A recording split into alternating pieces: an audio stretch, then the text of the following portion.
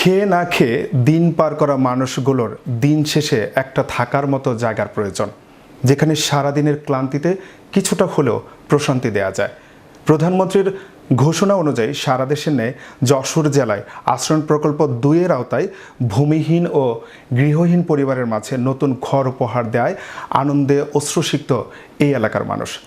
যশোর জেলা প্রতিনিধি HM জুয়েল রানার প্রতিবেদনে বিস্তারিত জানাচ্ছেন ফয়সাল মাহমুদ। সারাদিন কায়িক পরিশ্রম শেষে এখন আর ফুটপাত বা অন্যের ঘরে ফিরতে হবে না।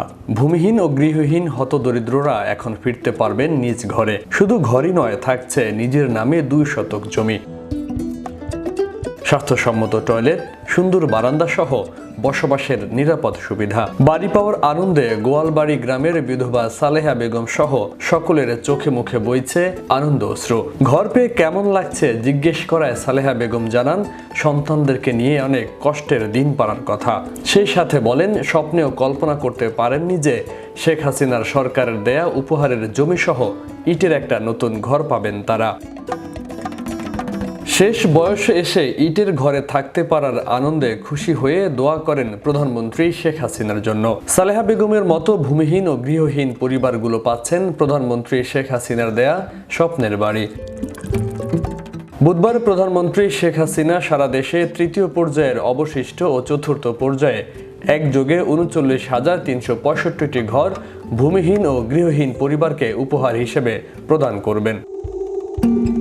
প্রধানমন্ত্রীর ঘোষণা অনুযায়ী সারা দেশের মতো যশোর জেলায় আশ্রয়ণ প্রকল্প 2-এর আওতায় ভূমিহীন ও গৃহহীন 333টি পরিবারদের মধ্যে নতুন ঘর উপহার দেওয়া হচ্ছে।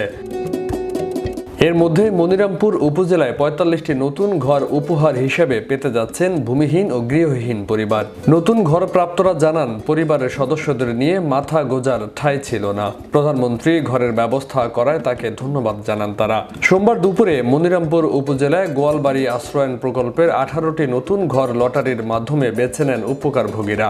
লটারি অনুষ্ঠানে উপস্থিত ছিলেন উপজেলা নির্বাহী অফিসার জাকির হোসেন, সহকারী কমিশনার ভূমি মোহাম্মদ আলী হাসান, প্রকল্প বাস্তবায়ন কর্মকর্তা SM আবু আবদুল্লাহ বায়েজিদ, মনিরামপুর প্রেস ক্লাবের সভাপতি ফারুক আহমেদ লিটন, সাধারণ সম্পাদক মোতাহার হোসেন সহ গণমাধ্যম কর্মীরা। সারা বাংলাদেশের ন্যায় মনিরামপুরে আগামী 22/3/2023 তারিখে মাননীয় প্রধানমন্ত্রী 3য় এবং 4র্থ পর্যায়ে সারা বাংলাদেশে ঘর উদ্বোধন করবেন। তারই ধারাবাহিকতায় মনিরামপুরে 45টি ঘর উদ্বোধন হবে 4র্থ পর্যায়ে।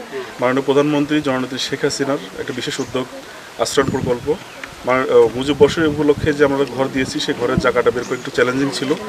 আমাদের এই জায়গাটা মূলত একজন বীর মুক্তিযোদ্ধা উনি ভোগদখল করতেন। পরবর্তীতে যখন জানতে পেরেছেন যে এটা মাননীয় প্রধানমন্ত্রীর ঘর হবে, তিনি স্বেচ্ছায় সজ্ঞানে এবং আমাদের ইউনুস স্যারের অফিসে যেয়ে উনি জায়গাটা বলছেন যে ঠিক আছে, এখানে আমার কোনো আপত্তি নেই, আপনারা ঘর করবেন। তারই আলোকে আপনারা দেখেছেন যে এখানে 6টি ঘর হয়েছে এবং এই ঘরের পিছনে যে আরও আমাদের 12টি ঘর হয়েছে, সেখানে জায়গাটা আরেকজন সেখানে ঘাস চাষ করতেন এবং প্রায় 30 থেকে 40 বছর ধরে তিনি সেই জায়গাটা ভোগদখলে ছিলেন। আমরা তাকে বলার পরে তিনিও স্বেচ্ছায় জায়গাটা ছেড়ে দিয়েছেন।